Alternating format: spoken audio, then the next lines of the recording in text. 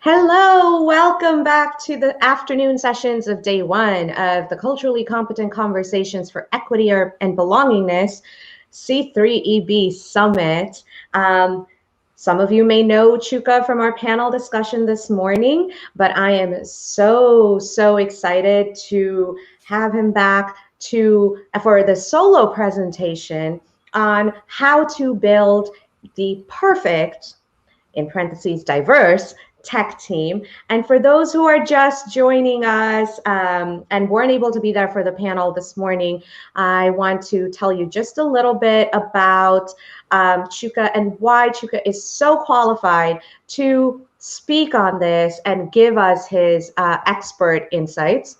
Chuka Ikokwu is a technology entrepreneur with a strong passion for diversity and inclusion and for data science and analytics. He has a remarkable track record of completing high-profile mobile and online media endeavors for startups and big companies.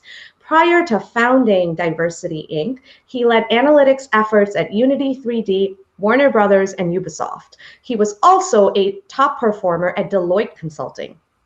Chuka earned his MBA from the MIT and is currently based in Los Angeles, California. So he's coming to us all the way from the West Coast with all the time zone differences.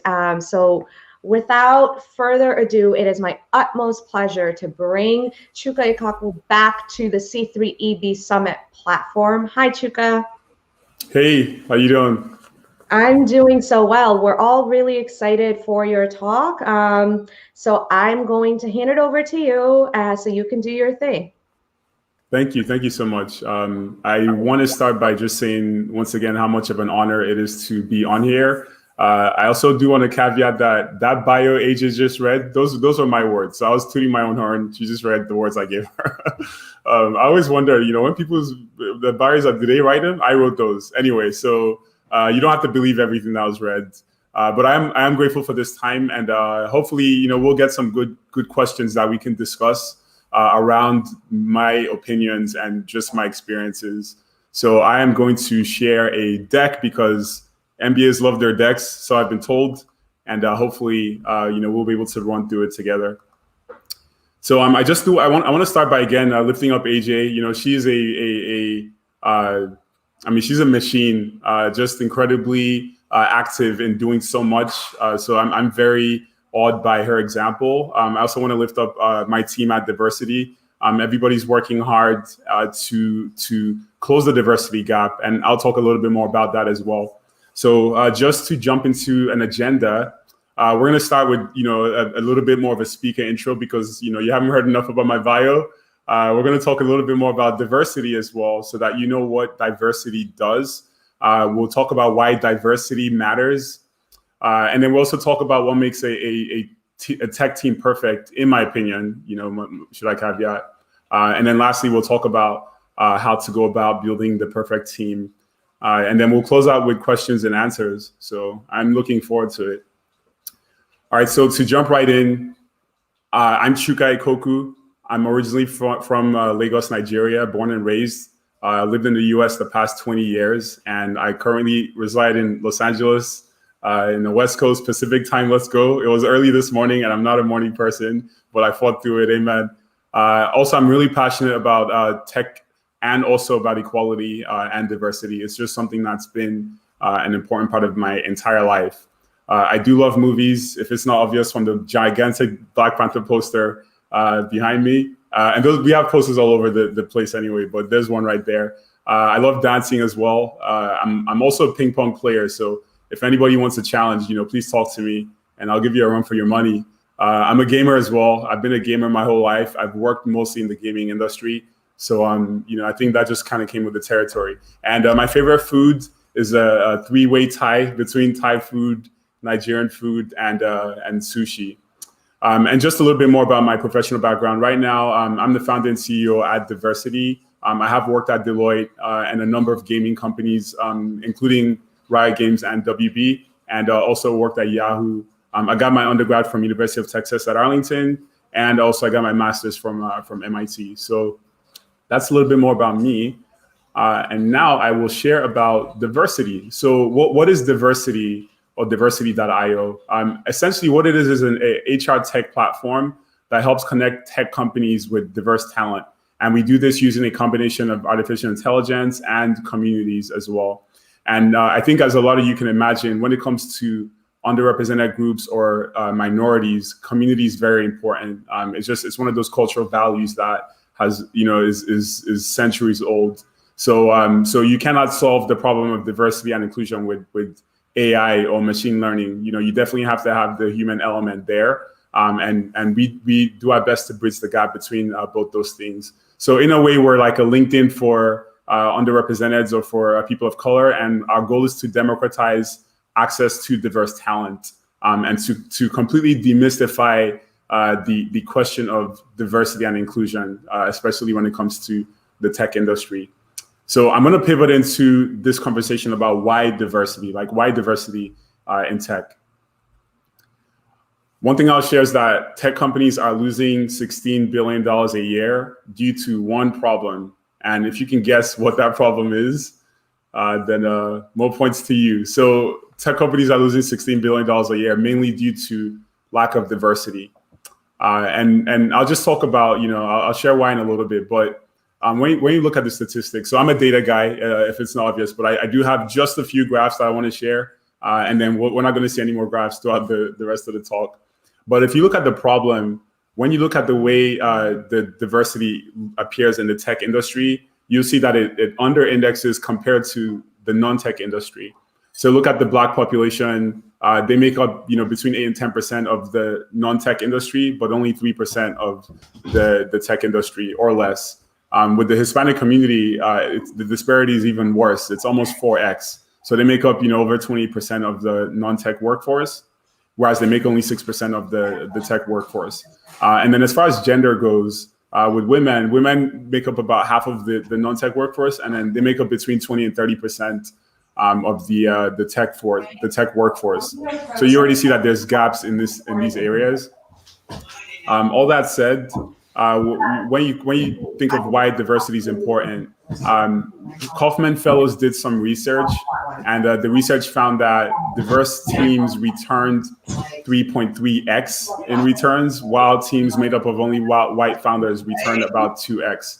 So you can see that there's a significant difference. This is actually a 65% difference when it comes to company valuation. So it does make an absolute difference in terms of the return on investment. And then the last data-driven slide I would share is that diversity drives a company's likelihood of financial outperformance by 36%. McKinsey did a study on this. The first time they did it was in 2014, and they've been doing it, year after year. And as of the most recent time they did it, it showed that the influence on profit has actually gone up. It was 35% the first time they did it, and it's 36%. With women, by gender, it was 15% increase the first time, and now it's 25%. So there is a very, very quantifiable difference made on the bottom line when it comes to diversity and inclusion. So all that said, let me just share a little bit about our team and why I feel very, confident with this topic. So everyone brings diverse perspectives to the table. The team, the group of folks you're seeing on the right side that's our team at Divercity. As you can see, it's a very diverse bunch. I brag that we have almost every race and gender accounted for. Our team is all over the world. We're mostly in California, but we are globally distributed. And we have over 12 passports represented on our team, and about 13 gender and ethnic combinations. So we're blessed to have a diverse team. And I like to say, hey, let's put our money where our mouth is. If a company cares about diversity, they will have a diverse team, or they will try to have a diverse team if they don't already. So that's just a little bit more about our team. So I want to share about what makes a tech team perfect.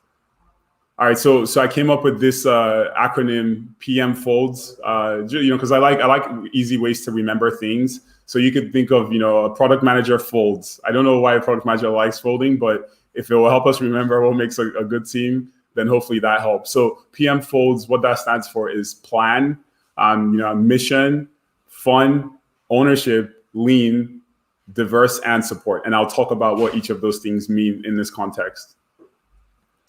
All right, so the diversity aspect, right? If for a tech team to be perfect, it ought to be diverse. We looked at multiple reasons why, but part of that could just be, you end up getting more creativity, you get more perspectives, you get more coverage, right? Because unless you're building a business that caters to just one type of person, diversity is always going to work in your favor.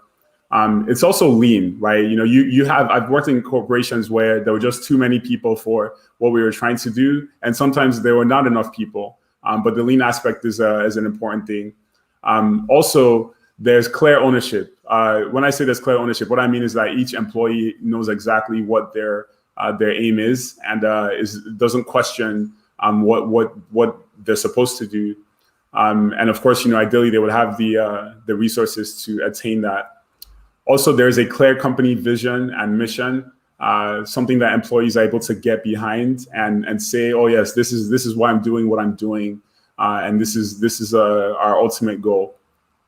Also, there's a clear plan. I think we all know it's great to have a mission, but if you don't have a plan for accomplishing that mission, then you have a problem instead of a plan. So the idea with the plan is that it has to be clear and it definitely has to be actionable. And support, right? So when I say support, I mean support that drives success, right? So one example is if you're working on some machine learning algorithms, but you don't have the cloud capacity or the server capacity for your code to run fast, then you don't have the support you need. So it's important that support comes with everything else that's been aforementioned. And then the last thing I'll mention is that there's fun, right? What does fun look like for an organization? I think it varies, by company. When you think of the fact that we're in COVID world, quarantine world, quarantine life, fun could look very different from what it looks like when everybody's in the office and you have catered lunches and bean bags and ping pong tables and all that stuff. So I think during these times that we're in, it's very important to rethink this idea or this question of fun. So just as a recap, again, plan, mission, fun, ownership, lean, diverse, and support. So I love examples, and I like, for me, I'm a seeing is believing kind of person. I love seeing stuff to believe it. I mean, I'll believe it if I read it too, but when you see the material example, that helps. So I do want to talk about WhatsApp. I'm Nigerian, like I mentioned earlier, and Nigeria is one of the biggest users of WhatsApp. I think we might be the biggest in the world. But Nigerians love WhatsApp. They don't use, if you look outside of the US, most Nigerians don't use the SMS. They don't use iMessage or the equivalent for Android. They just use WhatsApp for all their texting and all their communication, video calls, phone calls, everything. So anyway, Nigerians love WhatsApp, and there's a reason. But I do want to point them out as to why I think they, as an organization, fit the mold with regards to the PM Folds criteria. So I'll just go through each point. So WhatsApp is a very diverse team, diverse and inclusive. They had very high levels of ownership with each of the team members that were in their organization. They were lean, so about 50 employees, which is insane when you think of their valuation, right? And then also there was clear ownership. And in terms of clear ownership, you could say that, well, if they have 100 engineers, is the ownership clear? That's possible, but they didn't need 100 engineers. They didn't even need 30 engineers. Well, maybe around 30. But each of those engineers had very clear levels of ownership. And I remember once I reached out to their head of recruiting about an analytics position. I said, hey, I love WhatsApp. I'm Nigerian. I love the app, and I've been using it for a while, and I would love to help you guys with your analytics. Surely you need my help. And they said, no, we don't need your help. We're good. We have one person or something like that, doing the work. And I thought to myself, I was like, wow, I at that point, I had never seen an organization with their level of impact having such a lean team. But they proved that it works. They proved that you don't need to have a team of 20 people in analytics and data science and machine learning and 100 engineers. No one can question the technical impact they've had. Also, they had a very clear mission/vision. Their goal was to build an alternative to SMS, and that they have done. Whether I like it or not, I have to use WhatsApp because I know one too many people who prefer that as their primary source of communication, even though I prefer SMS.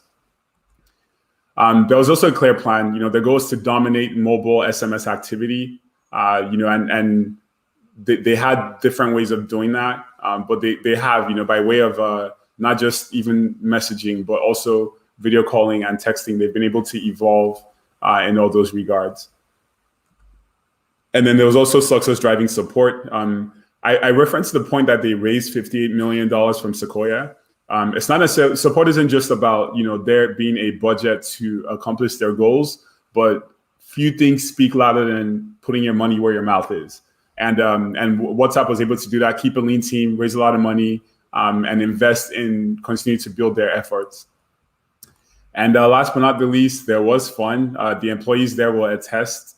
You can go online and find this information, but basically they did have good lunch. They had a bunch of snacks, good swag. They had programs including education reimbursement and a lot more. But the point is that they did think about how they could make for a fun environment. And long story short, they were acquired by Facebook in 2014 for $19 billion. And till this day, that remains Facebook's biggest acquisition by far. And I did basic math, divide 19 billion by 50 people, and then you have about $400 million per employee when you think of the valuation per capita. So very impressive. But again, if WhatsApp wasn't made up, of this PM Folds structure, who knows what their valuation may have been. So I do point to them. There are many other examples out there as well. But hopefully this will leave us with an example of a company who does this in a way that I would recommend. So that said, let's bring this to us, okay? So how do you go about building a perfect tech team? And I say tech, but this absolutely does not apply to only tech. You could be in any vertical, and I want to say 10 out of 10 times it would still apply. I just say tech because I'm in that space. So we start with the why, all right? To build the perfect tech team, start with the why. I would say, why is it important to build a perfect team? Do you need a perfect team? So I think it's important to own why it is important, to reinforce the idea of why you want to build a great team in the first place. Is it because you want to build the greatest product in that vertical? Because if it is, then it would be more important that you aim for maximizing on all those fronts that we went through earlier. So, ideally, you would ensure that why and make sure that the goals and the mission are clear to not just you, but to the team as well. All right. And then let's talk about planning, all right? Planning ahead. So when it comes to planning, the whole idea with planning is so that you're not reactive, so that you're not being caught off guard. Just as a startup founder, we've reacted a lot. And a lot of times, when someone says, hey, what would you do differently? If you could do it again, I would say I would react a lot less and I will plan a lot more, plan ahead a lot more so that way you're able to think through, what kind of challenges that you may face. And then also get the right headcount. And when I talk about headcount, I'm talking about employees. Okay. I think it's important to try to anticipate how many people you need for what specific roles, even before you start building a team. Sometimes you may realize, I thought one person would be enough, but I need 2 people. Or I thought 2 would be enough, but I need 4 people. That happens. But the most important thing is that you're not reactive and that you've thought ahead of time so that you're not caught by surprise when it comes to some features you may need to implement. Then also I would fully define roles and make sure that these roles have high levels of ownership. Because with a high level of ownership, it's almost impossible to not grow and to not learn and to not be challenged. And we talk to hundreds of people who are open to new opportunities. And quite often the reason is not the pay. Some of them would even take a pay cut. Quite often it's the challenge, like I'm looking for a new challenge and I want to keep growing and apply the skills I have. So part of employee retention includes making sure that there are opportunities for high levels of ownership and for growth as well. All right, so the next point I would bring up is budget. All right, you got to consider your budget. If you, there's a story about, it's not actually more of a scripture. It says, if you're going to build a building, are you going to just start building the building without seeing how much you have to build it? You're not going to lay a foundation. So in the same way, if you want to build a team, it's important to consider what you're able to afford. So it's important to be realistic and to be upfront with that realism. If you know that you're looking for certain talent and you're not able to pay market, it's important to be upfront with that and to act around that, right? So what that could look like is leveraging factors like remote or global. I worked in San Francisco for about a decade, and you very quickly realize that it is not cheap, very, very, very overpriced. There's a story of a guy he was renting, those rooms that are under the staircase. I forget what they're called, but I think Harry Potter or someone was in one of those rooms, but it's just like a little room under a staircase. There was a guy who rented it $400 a month, for like that little tiny compartment. But rent is expensive in the Bay Area, period. So because of that, the salaries are relatively higher. In some cases, a lot higher. So when remote becomes an option, you realize that makes a heck of a difference, even within the West Coast, in some cases. Not to mention global teams where cost of living could greatly vary. Another point I would bring up is to make sure to empower employees versus duplicating them. And I can't emphasize how often I've seen this in the corporate world, where if there's a potential maybe new project, one may be quicker to think of bringing on additional headcount because there's a budget, as opposed to empowering the people who currently exist. But you'd be surprised to find out how often folks are willing to take on new roles, sometimes roles that are completely different from what they may be doing. But a lot of times it could look like someone who is more of a traditional data analyst doing more data science, someone who's more of a data science doing more machine learning, someone who's more on the user research side doing more user interface design and user experience design. So I think it's important to think of how you can enable your team members to grow within their current roles, even if it means fulfilling other roles. So then I will talk about setting smart goals. All right, setting goals is also very important in terms of building a perfect tech team. So it's important to set goals and hold team members accountable to those goals. When I talk about goals, it's important that there's a time limit there, right? So if I said, hey, build the best dating app, period.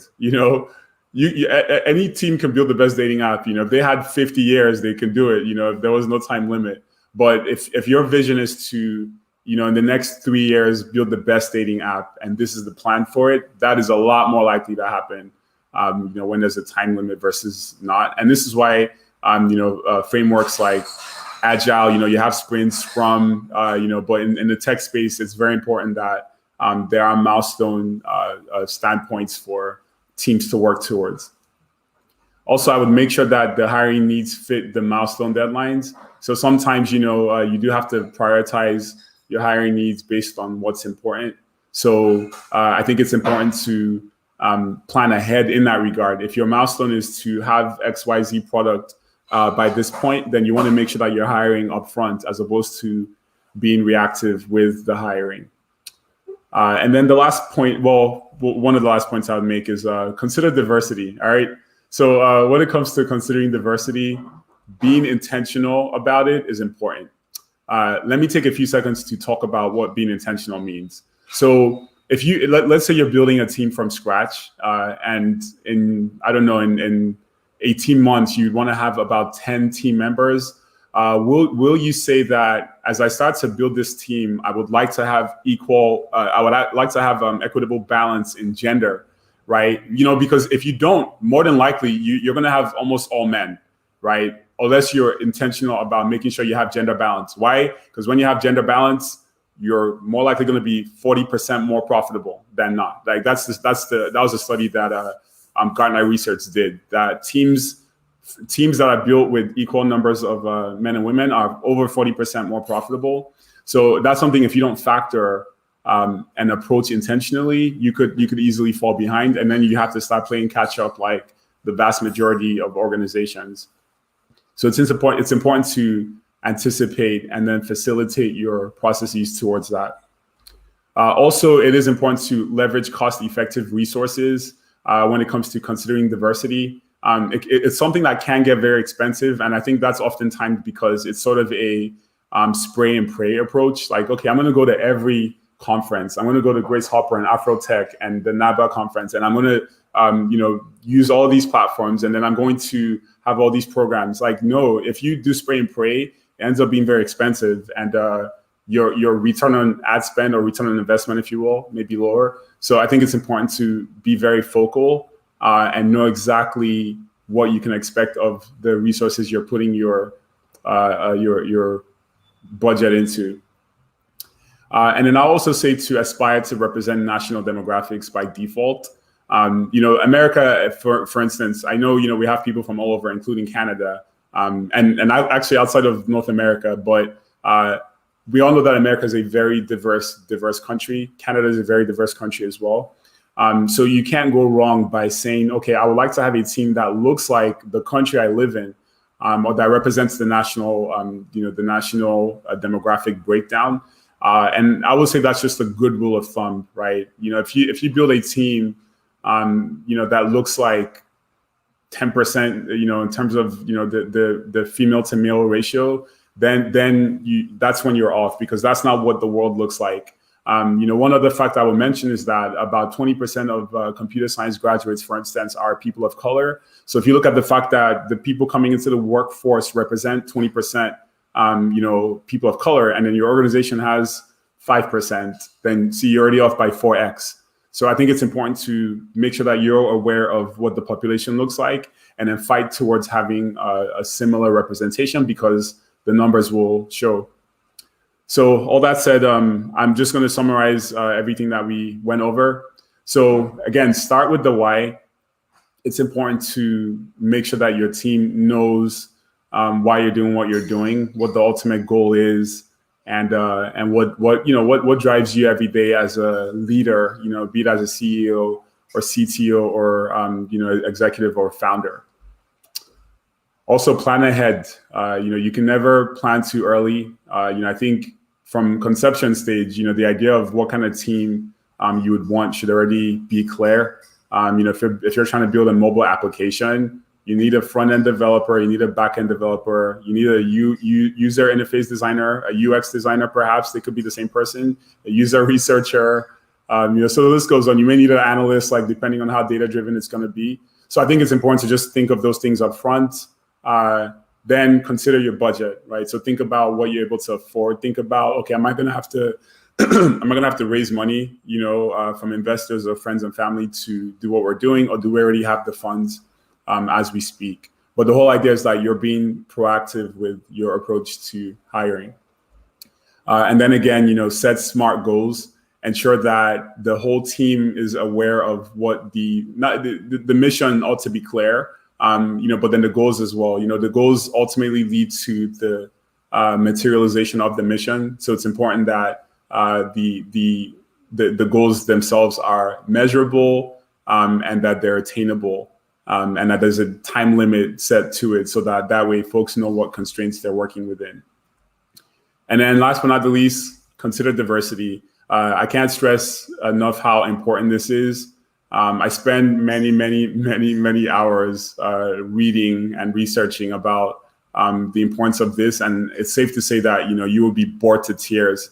If you're looking for material to put you to sleep, just Google diversity and the importance of diversity, and there will be no shortage of studies. So I think it's one of those things where the jury's out. My uncle says diversify or perish, and my uncle's right about a lot of things. So I think it's one of those things where if organizations don't take seriously, that's just going to work against them. So again, consider that and leverage resources. Just do it the right way. I would say, do it the right and the smart way. So with that, before we jump into questions, I do want to say thank you. I also want to say, if you have any questions, please email me at chuka@divercity.io. And I would encourage you to check out our free remote DEI guide. I don't know if you all know, but a lot of the big companies, Facebook, Google, Apple, all these companies now they've announced that they're going to let employees work from home for at least another year. And the thing is that, but in a year's time, who knows, the dust may have settled with COVID. I hope so. But either way, companies are already planning on, making the remote work culture standard. And with that said, diversity could take the plunge, right? And your organization will go back to suffering again just because you don't see everyone in person. So it still is important to consider and factor. And our team put together a guide for how you can go about approaching, if your organization right now is one that does remote work, whether it's completely or partially, this guide is important. It is free, so please check it out on our website. Go to divercity.io /remote-DEI-guide and knock yourself out. I hope it will be useful. I thought it was useful, and this is what we do. And I was like, man, this is some good stuff. So I do want to lift up everybody who contributed towards putting it together. But please access it. And I will say take advantage of us. Use us, Divercity. We do diversity staffing. We also have a tech platform that helps. And we have a pretty solid network. So I will take advantage of us in that regard. And then before we jump into questions, by the way, please do keep your questions coming in the comment section, and we'll jump into that. But Harvard Business Review did a study, and their conclusion was that the evidence is clear. Diversity significantly improves financial performance on measures such as profitable investments and the individual portfolio company level and overall fund returns. So almost every big name, that has budgets for big research initiatives, they have something to say on this topic, and it's all on the affirmative side. So with that, thank you so much for your attention, and I'm so grateful for it. All right, so I'm gonna go into questions at this point and then see what we have. Okay, so I see some complaints about background noise. We fixed it. Good thing that was resolved. Thank you, Ruthie. Thank you. You're welcome. So be sure to put your questions in the comments there. But I actually had a question for you, Chuka. That $16 billion number, that's big.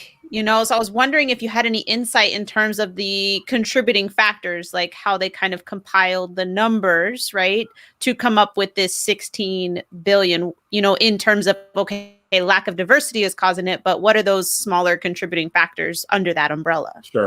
Sure. Great point. I would actually even surprise you with a bigger number. So Gartner also did research that found that $400 billion actually is what's being lost every year in the tech industry alone due to lack of diversity. But the 16 billion is more measurable because that's money being spent, whereas the 400 billion includes the opportunity cost of lost revenue. So to the question again, the 16 billion, what the information showed was that the $16 billion is due to replacement costs.